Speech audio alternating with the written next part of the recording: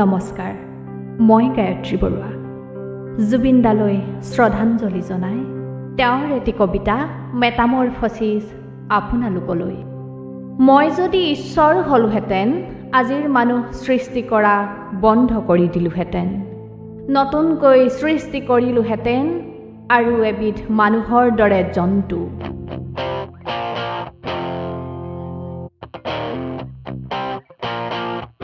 যি মাৰি কাটি খাই বৈ শুই জীয়াই নাথাকি আৰু বহুত কিবা কিবি কৰিলেহেঁতেন, দিলোহেঁতেন এটা মস্তিষ্ক যাৰ কাম চিন্তা কৰা শুদ্ধভাৱে, যি মস্তিষ্কত দৌৰিব অনুভূতি, আৱেগ, উচ্চাকাংক্ষা আৰু দূৰদৰ্শনৰ অনিৰ্বাণ অশ্বমেধ ঘোঁৰা।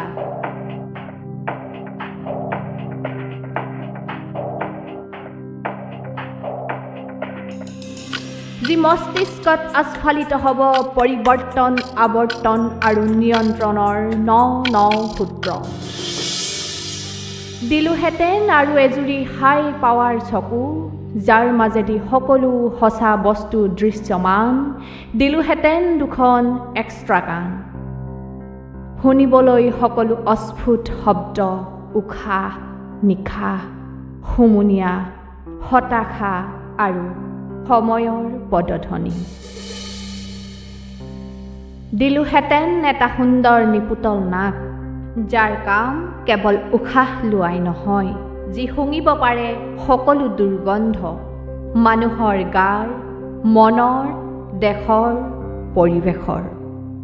দিলোহেঁতেন এখন মুখ আৰু এটা ডিঙি, যাৰ শব্দই নমাব পাৰে ব্ৰহ্ম।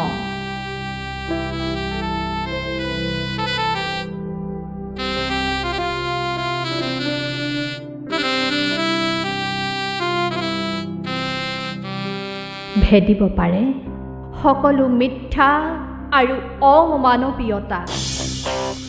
দিলোহেঁতেন এযোৰ বাহু, 1000 ভীমৰ শকতিৰে ভৰপূৰ, যি আজুৰিব পাৰে সকলো ভুল, সকলো দুষ্কৃতি।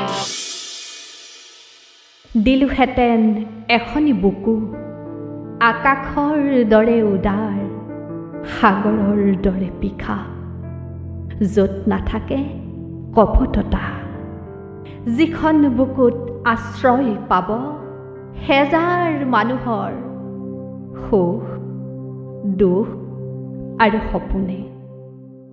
দিলোহেঁতেন এটা পেট, যি কেৱল খাবলৈ নিশিকি এৰিবলৈও শিকিব আনৰ বাবে। দিলোহেঁতেন এটা যৌনাংগ, য'ত কিলবিলাই ফুৰিব সহস্ৰ বুদ্ধৰ বীৰ্য।